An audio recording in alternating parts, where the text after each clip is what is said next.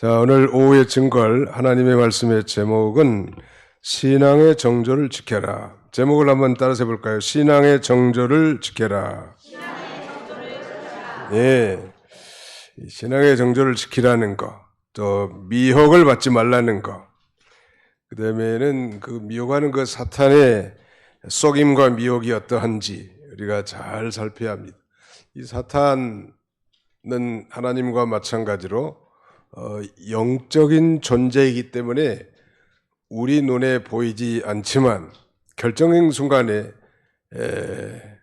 사람들의 심리를 사로잡아서 하나님을 대적하고 그 다음에는 하나님 나라를 파괴하고 하나님의 참된 복음을 대적하는 이런 일을 하게 됩니다. 그런데 문제는 우리 성도들이 너무 이 사탄의 미혹에 대해서 너무 허리띠를 풀고 편만하게 살기 때문에 마귀에게 잘 속는단 말.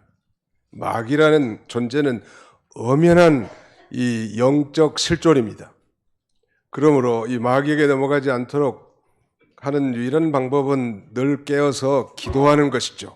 성경을 읽고 묵상하면서 늘 기도하는 것 외에는 마귀라는 녀석은 아주 교묘해서 어떻게든지 하나님과 우리 사이를 신앙의 열심을 다 쉽게 하고 이간질하는 그 틈바구니를 정확하게 갈파한다. 굉장히 빨리 갈파합니다. 그래서 우리 힘으로는 이 마귀를 스스로 이겨낼 수 없다는 거. 그래서 베드로 사도는 베드로전서 5장 이하에 근신하라 깨어라. 너희 대적 마귀가 오는 사자와 같이 두루다니며 삼킬 자를 찾나니 너희는 믿음을 굳게 하여 저를 대적하라. 마귀는 대적하는 멀쩡한 사람을 통해서도 역사합니다. 그러면 어떻게 구분할 수 있는가 하면 그 사람의 인물의 됨됨이 아무 상관없습니다. 배움의 정도하고도 상관이 없습니다.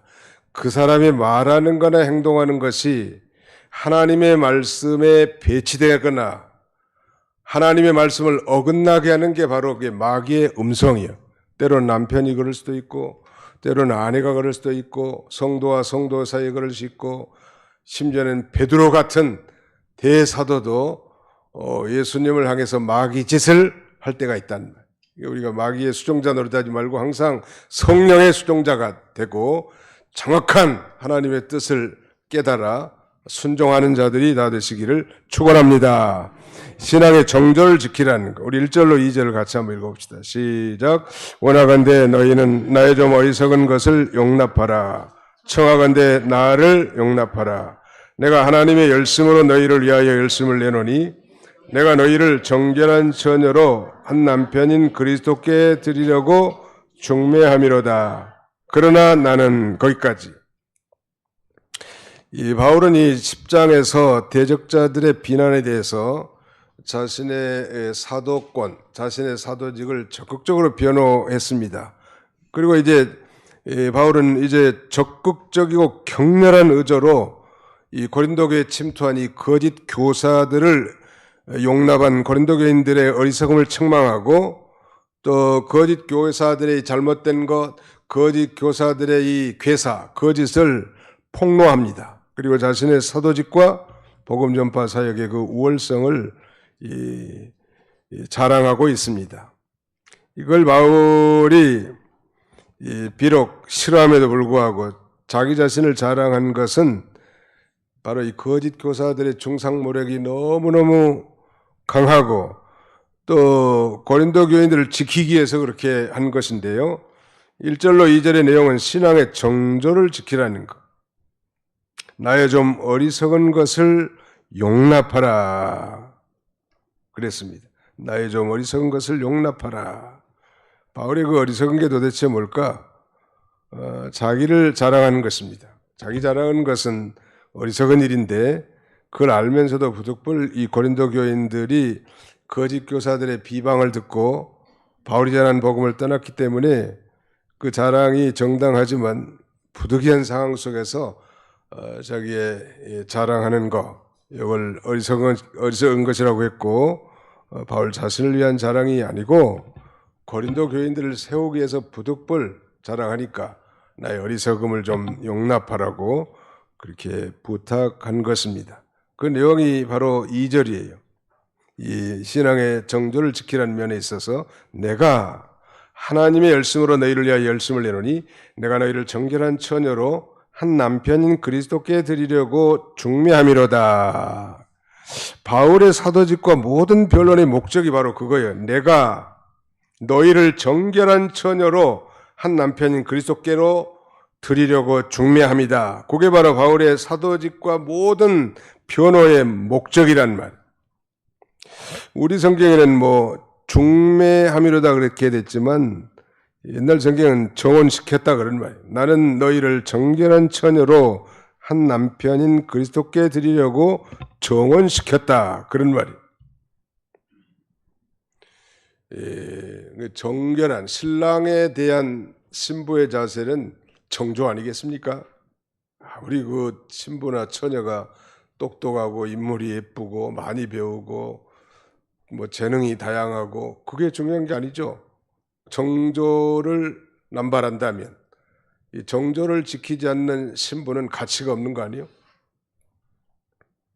그래서 정결한 처녀로 한 남편인 그리스도께 드리려고 중매함이로다. 사실 이 엄밀한 의미는 정혼시켰다가 더 정확한 것 같아요. 약혼했다는 의미거든요. betrothed라고 하는 이 단어는 약혼한 그런 뜻이에요. 오늘 우리 그리스도인들은 예수를 자신의 구주로 믿을 때 예수님과 정혼한 신부와 같아요. 우리는 신부니까 신랑 그리스도에 대하여 우리가 정절을 지키는 것이 마땅하단 말이에요. 고린도 교인들이 지금 그러니까 정절을 지금 잃어버린 사람이 생긴 거예요. 지금 순수한 복음을 증거해서 저들이 중생하고 거듭나서 하나님의 자녀로서 그리스도의 신부로서 정결한 처녀와 같이 이렇게 양육되고 성숙되기를 바라는 그런 간절한 마음으로 교회를 세워나가는데 거짓 교사들이 고린도 교회에 침범해가지고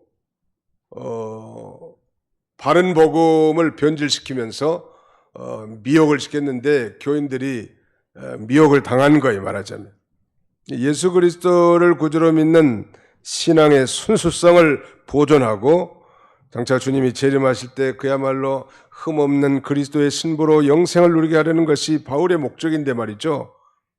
교회에 이런 어려움이 생긴 거예요. 이 신랑에 대한 정조를 지키는 것이 신부에게 있어서 가장 중요합니다. 그래서 이 중매함이로다니 그 중매라는 개념이 정혼했다는 개념이거든요. 정혼은 거의 결혼과 준합니다.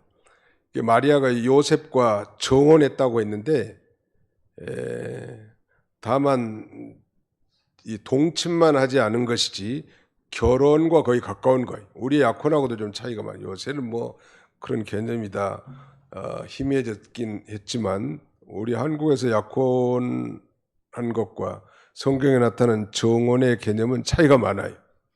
성경의 정혼은 다만 잠자리만 같이 하지 않을 뿐이지 거의 결혼과 같은 그런 구속력을 갖고 있는데 우리가 바로 예수님의 신부로 정혼한 자들이 그러니까 우리가 신앙의 순수성, 순결성, 정조를 잘 지켜야 되겠는데 만약에 이 거짓 선생들이 이단지자들 와가지고 속닥속닥한 게 거기 넘어갔다면 그건 정조를 잃어버린 거 아니겠습니까? 그래서 바울이 이 고린도교에 대해서 열심을 낸 것은 그들을 주님의 재림 때 신랑 되신 예수님께 정결한 처녀로 드리려고 한 것입니다. 우리가 참 두 번째 이제 3절 이하에는 11절까지 미혹받지 말라는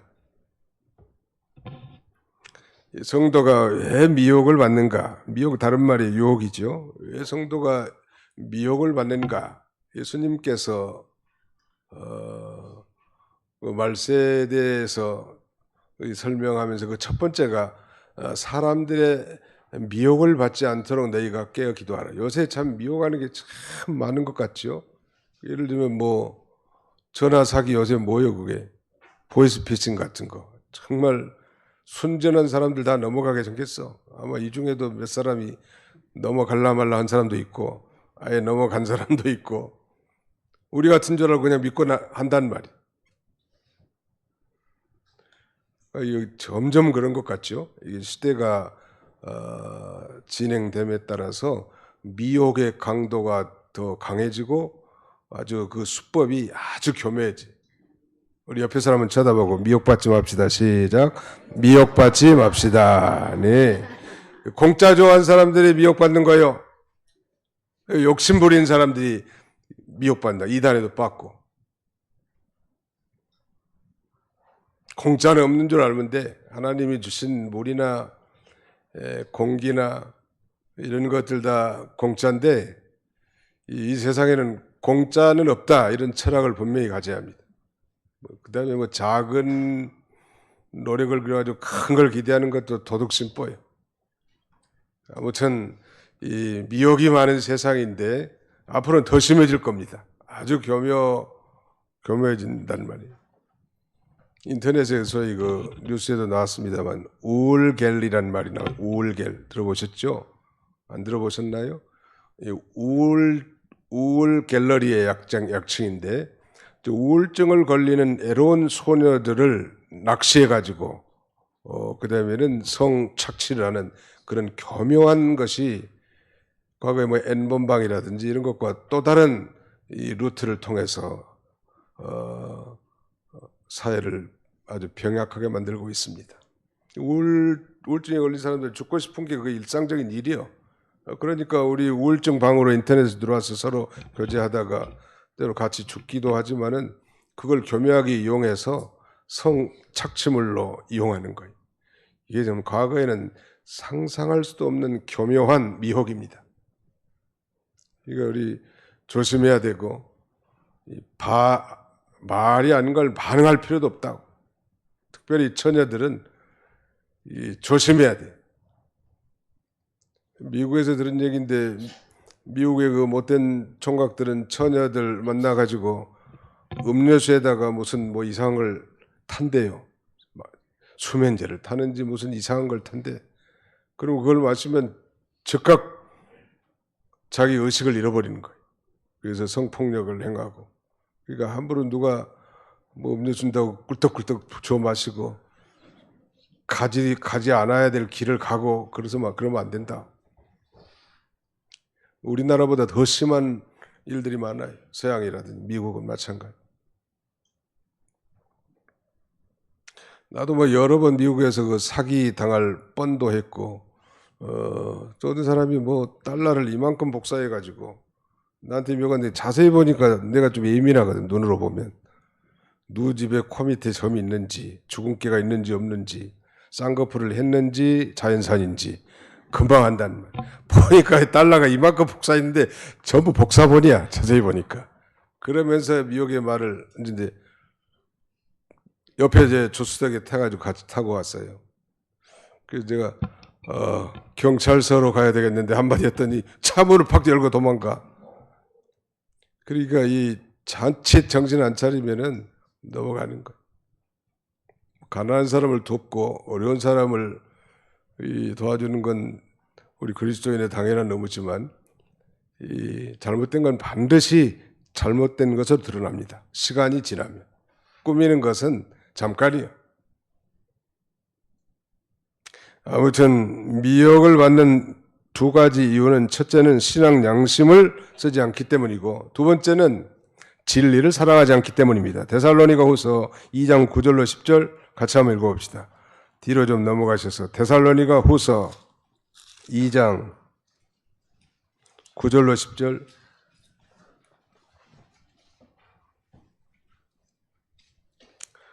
데살로니가후서 2장 9절로 10절을 같이 읽습니다. 시작.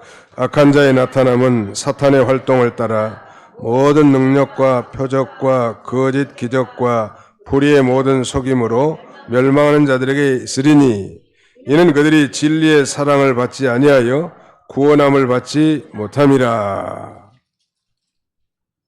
또 그 밑에는 제가 읽겠습니다. 이러므로 하나님이 미혹의 역사를 그들에게 보내사 거짓 것을 믿게 하심은 진리를 믿지 않고 불의를 좋아하는 모든 자들로 하여금 심판을 받게 하려 하십니다. 진리를 믿지 않고 불의를 좋아하는 사람들이 이단에 많이 빠는 거예요. 진리에 굳게 서서 흔들리지 않아야 된다는 말. 그리고 신앙 양심을 똑바로 써나가야 된다는. 거기서 예를 하나 들어놨어요. 바울은 잘 이해하지 못할 것 같아서. 뭐라고 했는가 하면 3절에 보십시오. 뱀이 그 간계로 하와를 미혹한 것 같이 너희 마음이 그리스도를 향하는 진실함과 깨끗함에서 떠나 부패할까 두려워하노라. 바울이 두려워하는 건 그거예요. 고린도 교회 성도들의 마음이 그리스도를 향하는 진실함과 깨끗함에 떠나서 부패할까 두렵다는 거예요. 언제처럼 에덴 동산에서 뱀이 그 간계로 하와를 미혹한 것처럼. 이 바울은 창조 때 첫사람 하와가 뱀의 꾀임을 빠져 그 남편 아담과 함께 하나님의 명령을 거역하고 선악과를 따먹다가 그만 에덴에서 쫓겨나 저주를 받은 것처럼 고린도 교우들이 거짓 교사들의 꾀임에 빠져서 신랑 되신 예수 그리스도의 깨끗함과 진실함에서 떠나서 부패할까 두렵다는 거예요. 오늘날도 미혹에 조심해야 해요. 그야말로 말세 예수님이 하신 그 첫 번째가 말씀이 그거예요. 어느 때 이런 일이 임하겠습니까? 라는 예수님이 대답의 일성은 첫 번째 일성은 너희가 사람들의 미혹을 조심하라. 항상 조심하는 거예요. 그럴 줄 몰랐습니다. 그렇게 생기지 않았습니다. 그래봐야 이미 늦은 거예요. 언제나 마귀는 우리로 하여금 욕심을 부추기게 합니다. 욕심을 버리면 마귀의 미혹을 어느 정도 분별할 수 있고 적극적으로는 진리의 말씀에 굳게 서 있을 때 우리가 모든 마귀의 계기를 다 이겨나갈 수 있어요. 예를 들면 에덴 동산 하와도 그 선악과를 따먹으면 정령 죽으리라. You shall die surely. 너 반드시 죽는다. 동산 중앙에 있는 이 선악과를 따먹으면. 다른 과실나무에 대해서 말하지 않았어요. 이 말은 I will kill you surely. 내가 반드시 너를 죽이겠다 이런 말이거든요. 선악과 그걸 따먹으면. 그런데 마귀는 와가지고 사탄은 뱀으로 둔갑하니 사탄이 뭐라고 말하면 하나님이 참으로 동산 모든 나무의 과실을 먹지 말라 하더냐라고 하면서 하나님의 말씀에다가 플러스 알파 해가지고 헷갈리게 만들어버려요. 성경 말씀도 같기도 하고 아닌 것 같기도 하고 그러면서 하나님을 의심하기도 하고 좋으신 하나님이 좋지 않은 것도 있는 것처럼 들리게 만든 거예요. 헷갈리는 전술. 그러니까 하와가 하나님의 진리에 굳게 서 있었다라면 절대 안 넘어가는데 긴가민가 해버린 거죠. 천하장사라도 진리의 말씀에 붙들려 있지 않고 깨어 기도하지 않으면 보이스피싱에 넘어가고 친한 친구의 사기에도 넘어가는 거예요.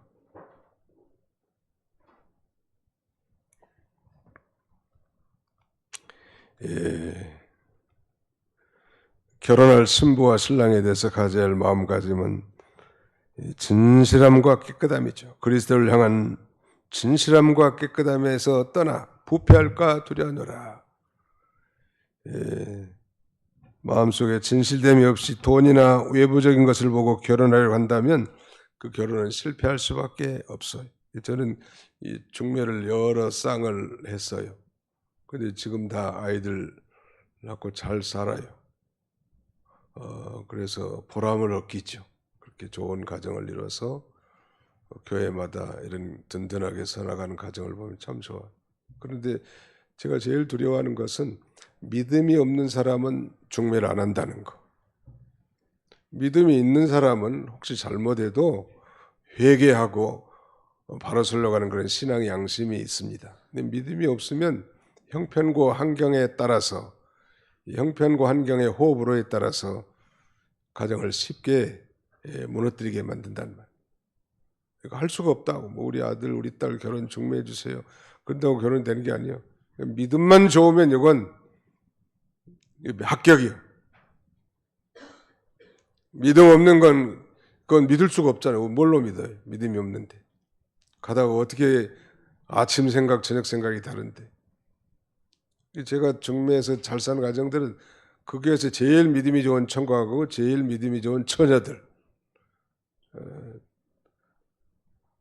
그 참 감사하게 생각. 물론 하나님이 하신 거지만 제가 심부름한 거고 보람을 느낀다는. 그래서 우리 자녀들에게 믿음 심어주는 것이 제일 귀한 거예요. 어려서부터. 아주 젖먹이서부터. 아니 태교 뱃속에 있을 때부터 하나님을 가르쳐 주는 거예요.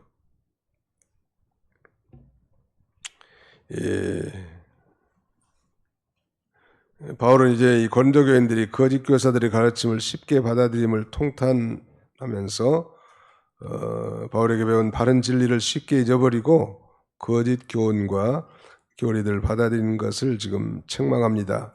거기 4절 같이 한번 읽어보실까요? 4절입니다. 시작. 만일 누가 가서 우리가 전파하지 아니한 다른 예수를 전파하거나 혹은 너희가 받지 아니한 다른 영을 받게 하거나 혹은 너희가 받지 아니한 다른 복음을 받게 할 때에는 너희가 잘 용납하는구나. 여기 세 가지가 등장합니다. 다른 예수, 다른 영, 다른 복음.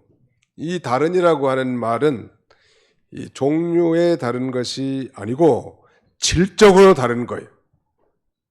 이게 다른 복음이라는 건 없는 거지만 다른 복음 이퀄 거짓 복음이라고 생각하면 돼요. 다른 예수. 우리가 믿는 예수님은 이 사도신경을 우리가 고백하면서도 바로 이 전능하신 하나님이신데 인성, 동정녀 마리아를 통하여 인성을 입고 이 땅에 오셔서 인간의 모든 죄를 대속하시고 십자가에 죽으시고 부활하시고 승천하신 분이란 말이에요. 그런데 이 거짓 교사들, 특별히 유대 율법주의자들은 역사적인 예수님을 인정하면서도 예수 그리스도에 대한 신성을 부정하는 거예요. 그러니까 이단이라고 하는 것은 기독교의 중대한 진리를 왜곡, 변질시키는 거, 잘못 가르치는 게 이게 다 이단입니다.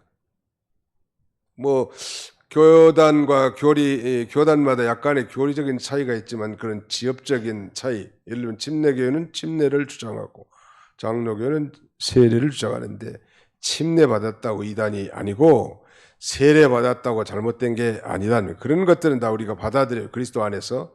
그런데 예수님의 동정녀 탄생을 부정한다든지 예수님의 십자가의 죽으심을 부정한다든지 예수님의 부활하심과 승천하심을 부정한다든지 아니 더 나아가서 예수님의 인성을 부정한다든지 어떻게 거룩하신 하나님이 속된 인간의 몸을 입고 이 땅에 왔겠냐고 예수님의 역사적 인성을 부정한다면 그건 반드시 이단이고 다른 예수를 가리키는 거예요. 넘어가면 안 돼.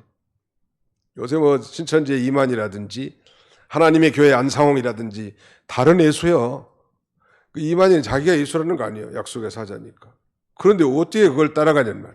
바로 진리를 똑바로 배우지 않았기 때문에 거짓 것이 진짜로 믿어지는 거예요. 얼마나 불쌍한 사람이에요. 그들을 건져내는 것이 또 우리의 사명이기도 합니다. 한국에도 다른 예수란 사람이 한 80명 된다는데 세상에 그 정도는 구분해야 되지 않을까요? 과거에 문선명 다 다른 예수예요. 가짜. 박태선 가짜예요.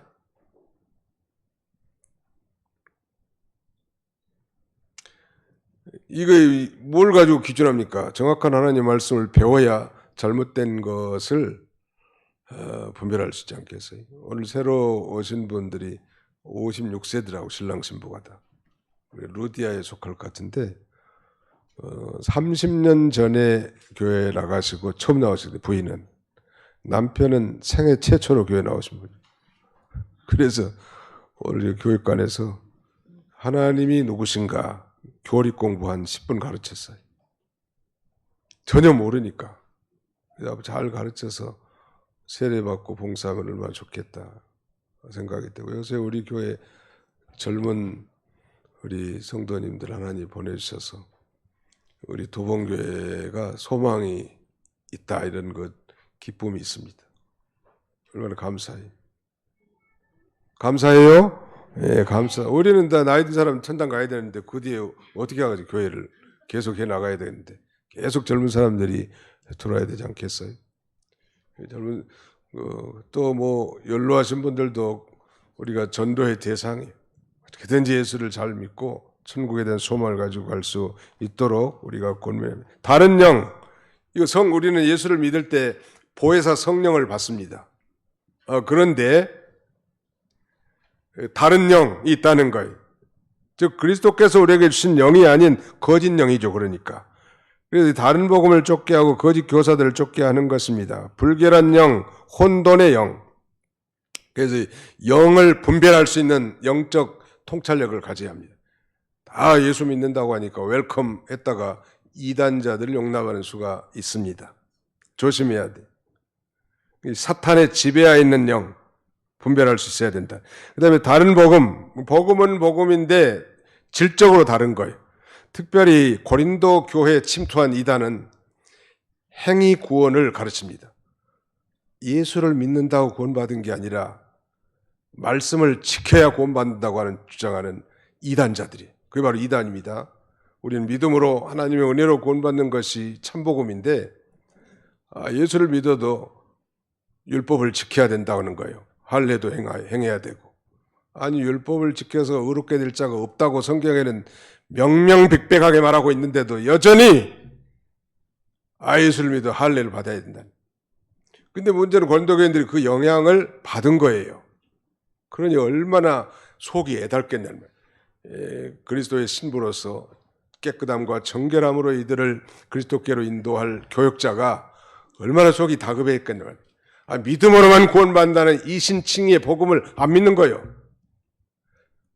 안 믿는 게 아니라 정확히 말하면 못 믿는 거죠. 믿는다는 건 성령으로 말미암은 축복인데 못 믿은 거예요.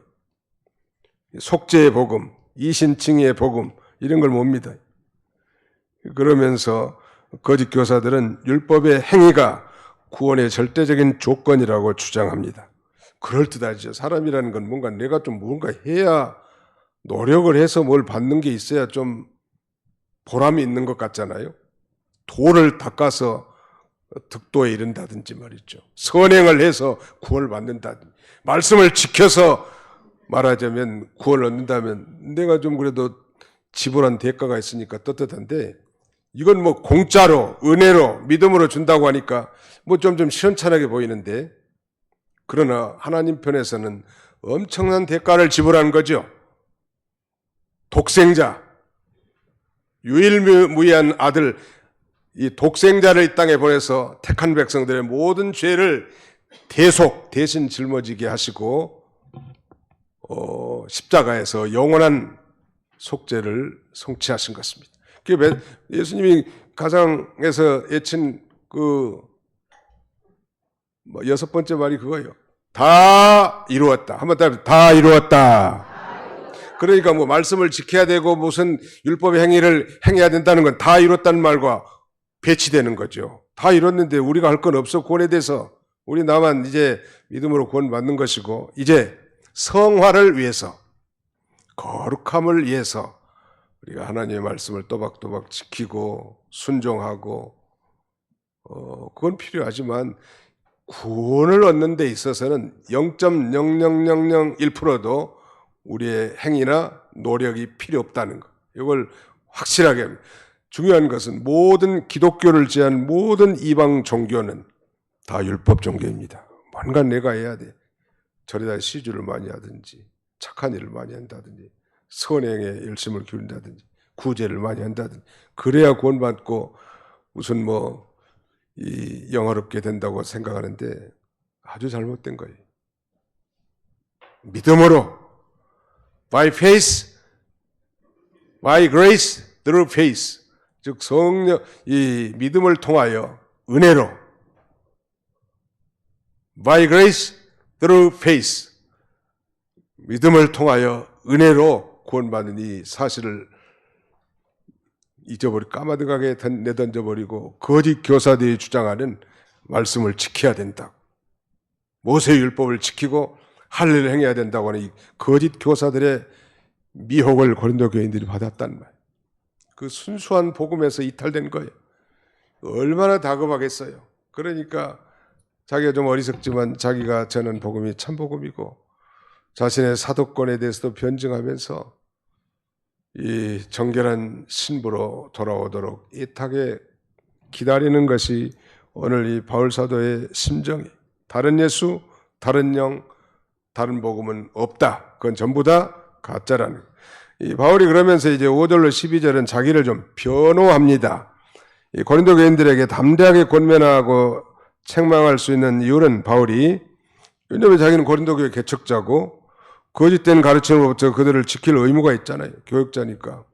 다른 건 뭐 사랑으로 다 용납하지만 이 진리에 어긋나는 것이란, 하나님의 뜻에 배치된 것에 대해서는 단호하게 행동할 수 있는 위치에 있단 말. 또 고린도 교인들이 이미 거짓 교사들이 전한 다른 복음을 용납했기 때문에 그 책망하지 않을 수 없다는 것. 그래서 바른 진리, 바른 교역자, 바른 교회를 떠나지 말라. 인생의 방황은 예수님을 만나면 해결되고 신앙의 방황은 바른 교회를 만나면 해결됩니다. 아멘. 한번 따라합시다. 인생의 방황은 예수님을 만나면 해결되고 신앙의 방황은 도봉교회를 만나면 해결됩니다. 아멘. 누가 들으면 질투하게 생겼네. 저도 바로 하려고 하니까요. 뭐 저를 증거하는 게 아니잖아요. 바울은 다른 사도들보다 부족함이 없다고 이렇게 말합니다. 거기 보실까요? 네. 5절. 나는 지극히 크다는 사도들보다 부족한 것이 조금도 없는 줄로 생각하노라. 이건 뭐 바울이 교만한 마음으로 하는 것이 아니고 하나님께서 자신을 부르신 것과 또 하나님께서 이게 특별한 계시를 주신 것, 깨달은 면에 있어서 다른 뭐 열한 사도의 견주어 볼 때 자기가 못한 것이 없다고 이렇게 말하고, 그 다음에는 뭐라고 말하면 6절. 내가 비록 말에는 부족하나 지식에는 그렇지 아니하니. 바울이 좀 말에 서투른 모양이에요. 영어 성경에 보니까 untrained speaker, I'm not trained in speech 이렇게 번역해 놨어요. 말은 좀 서투른 모양이에요. 나는 다 못해도 발음을 정확하게 하려고 하는데 사람들이 목사님 설교가 정확하대. 제가 할머니들에게 인기가 좀 좋아요. 왜냐하면 목소리를 또박또박 해드리거든. 흐리멍텅하게 안 해. 제 성격에도 안 맞고. 근데 바울은 말에는 좀 시원찮았단 말이에요. 자꾸 그런 얘기를 하잖아요. 10절, 10장 10절에 한번 보세요. 10장 10절. 같이 한번 읽어봅시다. 10장 10절. 같이 한번 읽어보실까요? 10장 10절. 시작. 그들의 말이 그의 편지들은 무게가 있고 힘이 있으나 그가 몸에 대할 때는 약하고 그 말도 시원하지 않다 하니. 어디 마이크가 갑자기 커져버리네. 말이 똑똑하다 하니까 마이크가 커져버렸어. 네. 편지는 대단히 중하고 무게감이 있는데 실제 대할 때 보면 약하고 그 말도 시원치 않다. 그건 정말로 혹시 성도들이 상처받을까 봐서 그랬을 수도 있고, 또 그 바나바와 바울이 복음을 1차 선교여행 갈 때 바울을 흠이라고인가 말하잖아요. 말 잘하는 사람. 바나바는 그랬던 것 같아요. 바울은 좀 능력 있는 리더이긴 하지만 그러지 못했던 것 같습니다. 솔직하게 자기를 시인하면서 이제 11장에서는 6절에 그러잖아요. 내가 비록 말에는 부족하나 지식에는 그렇지 아니하니 이것을 우리가 모든 사람 가운데서 모든 일로 너희에게 나타내었노라. 당시 거짓 교사들은 아주 웅변가였다고 합니다. 수사학자들 아주 대단한 말 한마디만 하면 아주 사람의 마음을 감동을 시켜주고 그 다음에는 눈물을 흘리기도 하다가, 우리 목사님들 가운데도 그 유명한 사람들, TV에 자주 나온 사람들 가운데 아주 웃겼다가 울렸다가 코미디언보다 더 웃긴 그런 목사님들도 계신데, 그것도 타고난 은사이긴 하지만 더 중요한 것은 생명 있게 복음 진리를 증거하는 것이겠죠. 그걸 위해서 이제 부적으로 활용한 거라고 판단이 됩니다. 아무튼 거짓 교사들은 당시에 웅변가로서 쉽게 사람들의 이목을 집중시켰기 때문에 자신들을 가장 권위 있는 사도로 행세하면서 바울이 무슨 사도냐, 예수님 공생의 기간 동안에 바울이 따라다녔겠느냐, 예수님 공생의 기간 동안에 12제자 임명할 때 바울도 임명했느냐 이러면서 이렇게 바울의 그 사도권을 부정하는 거예요. 최 목사 보고 너 목사냐? 언제 안수 받았냐? 어디서 받았느냐? 안수 증명서를 떼와라. 그러면 참 답답할 것 같아. 세상에서 안수 받는 것보다 더 중요한 것은 하나님의 특별한 부르심이라고 생각됩니다. 바울 사도는 예수님이 말하자면 십자가에 죽으시고 부활하신 이후에 부활하신 예수님이 사도 바울에게 다메섹 도상에서 나타나셔서 그에게 직접 소명을 준 분 아니에요? 그것이 증거지요, 말이에요. 가장 큰 증거가 그거라고. 뿐만 아니라 바울은 자기를 낮추고 하나님의 복음을 값없이 전했습니다. 거기 7절, 8절 같이 한번 읽읍시다. 시작. 내가 너희를 높이려고 나를 낮추어 하나님의 복음을 값없이 너희에게 전함으로 죄를 지었느냐. 내가 너희를 섬기기 위하여 다른 여러 교회에서 비용을 받는 것은 탈취한 것이라. 거짓 교사들은 바울이 이제 자비랑 선교, 즉 사례비를 안 받고 복음을 증거했기 때문에 그것을 마치 죄인 양 비난합니다. 어떻게 정말 권위 있는 사도면 교회에서 사례비를 받고 해야지, 교회에서 사례비도 안 받고 목회하는 거 보니까 이건 가짜다, 사입이다, 못났다 이렇게 비난해요. 세상에 요새 같으면 그래도 사례비 안 받고 목회한다면 더 존경받을 만한데 당시에는 그랬던 것 같아요. 유명한 수사학자라든가 웅변가 같은 이런 사람들은 많은 사례비를 받은 모양이에요. 근데 바울은 돈을 안 받고 전도하니까 그것도 흉이 돼가지고 진짜 사도라면 당연히 많은 사례를 받아야지 돈도 안 받고 너 전도하고 목회하는 것 보니까 이건 가짜다. 그래서 거기에 대해서 바울이 변명합니다. 내가 너희를 높이려고 나를 낮추어 하나님의 복음을 값없이 너에게 전함으로 죄를 지었느냐. 그렇지 않은 거죠. 8절 내가 너희를 섬기기 위하여 다른 여러 교회에서 비용을 받은 것은 탈취한 것이라. 무슨 말일까요? 바울이 고린도 교회에서는 사례비를 받지 않았지만 저 북쪽에 있는 마케도니아의 여러 교회들로부터 선교비를 받아서 오히려 그걸 가지고 고린도 교회 교인들을 섬겼단 말. 그것은 마치 마케도니아, 즉 이 북쪽에 있는 이 베레아 교회나 이런 여러 데살로니가 교회라 빌립보 교회 믿음 있는 좋은 사람들 통해서 선교비를 보내줘서 썼기 때문에 마치 그들에게 탈취한 것 같이 느껴진 거죠. 말하는 것입니다. 그렇게. 실은 아니죠. 자원한 사람들이 지원하는 것뿐이죠. 더 구체적으로 말합니다. 9절 같이 읽습니다. 시작.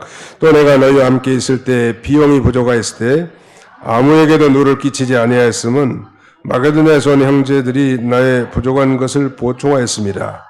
내가 모든 일에 너희에게 폐를 끼치지 않게 하여 스스로 조심하였고 또 조심하리라. 비용이 많이 필요하죠. 선교하는데. 그래도 고린도 교인들에게 누를 끼치지 않으려고 믿음이 좀 좋은 성숙한 마게도냐에서 온 그 형제들이 바울의 선교비의 부족분을 보충해 줬단 말. 왜? 고린도 교인들 폐를 안 끼치려고. 조심한 거예요. 이 돈 문제가 민감한 거예요. 목회자라면 교회에서 어떻게든지 이 대접을 받지 않으려고 하는 것이 바른 정신이죠. 그러나 성도들 입장에서 어떻게든지 하나님의 종들을 대접하려고 하는 것이 바른 정신인데 어떻게든 한국인지 교회가 타락하다 보니까 목회자는 더 받으려고 하고 성도는 더 안 주려고 하고 이게 좀 비극 아니에요? 더구나 연약한 이 고린도 교회에 만약에 돈 받고 했다면 덕이 되지 않고 누를 끼칠까 봐서 바울이 조심하고 또 조심해요. 물질 문제에 대해서. 바로 하려고 해도 성도들 가운데는 오해한 사람들이 있습니다. 그렇다고 일일이 변명할 수도 없잖아요. 그저 하나님 앞에 한숨 쉬면서 주여 불쌍하게 주옵소서. 내가 뭐 돈 벌려고 이 길 걸어간 건 아니지 않습니까? 하나님이 그것 때문에 이리로 인도한 건 아니지 않습니까? 근데 성도들이 그런 생각을 하니 기가 막히고 코가 막히고 한탄 한심스럽기 그지없습니다. 하고 또 나가는 거예요. 바울은 책 잡히지 않고 성도들이 실족하지 않도록 자비량 선교, 사례비를 안 받고 그렇게 선교했는데 얼마나 칭찬받을 만한 일임에도 불구하고 그걸 또 안 받는다고 난리예요 지금. 안 받으니까 이건 진짜 사도가 아니다. 이런 식이에요. 아이쿠 못된 놈들 아주. 한심하기 그지없잖아요. 바울의 자급전도. 그 당시에는 어떤 선생이 가르치고 그것에 대해서 보수를 요구하지 않으면 사람들이 아마 거짓 선생이나 시시한 선생으로 의심하고 그의 가르침과 교훈이 가치 없는 것으로 이렇게 생각했다고 합니다. 바로 이런 사회 통념에 의해서 고린도에 있는 거짓 선생들은 바울을 시시한 선생으로 비난하고 그의 복음의 참된 가르침을 무가치한 것으로 거절하도록 만든 것입니다. 이게 오해라든지 비나 목회자의 길도 마찬가지이고요. 더 나아가서 우리 성도님들도 참으로 예수 믿는 길은 험난한 길이에요. 비난받을 표적인 줄 알면 돼. 우리 선생이면서 스승이신 예수님께서 그 길을 걸어갔는데 존경받고 뭐 대우받고 인정받기를 기대하는 것은 너무 과분한 거죠. 오늘이 스승의 날인가요? 예, 오늘이 스승의 날이래. 우리의 참된 스승은 예수님이에요. 그 예수님은 섬기러 오신 분이고 자기 목숨을 많은 사람의 대속물로 주기 위해서 이 땅에 오신 분이에요. 그 선생님은 온유하고 겸손한 분이에요. 친히 모범을 보여주신 분이고 우리의 진정한 스승은 그래서 한 분 예수님뿐이죠. 그런데 그 스승 선생님이 어떤 대우를 받았는가를 생각하면 우리의 대접은 당연한 거 아니에요. 교단 교회 가운데 분쟁이 있는 교회에 총회장이니까 그 조정을 위해서 출장을 다녀온 적이 있습니다. 어느 교회라고 말할 수는 없지만 아무튼 거기 가서 제가 한 설교는 그거예요. 예수님의 비난과 희롱에 대해서 설교했습니다. 예수님이 왕이신데 왕관 대신에 가시멸관을 쓰시고 그 다음에는 왕복 대신에 홍포로 뒤집어 쓰고 그 다음에는 이 지붕 홀 대신에 갈대를 지어주면서 침 뱉고 그 갈대를 빼앗아 예수님의 뺨을 칩니다. 그리고 가이사 황제 만세 하는 식으로 예수님을 비난하는 거예요. 유대인의 왕 만세 이러면서 창조자 하나님이 피조물인 인간에게 그런 대접을 받습니다.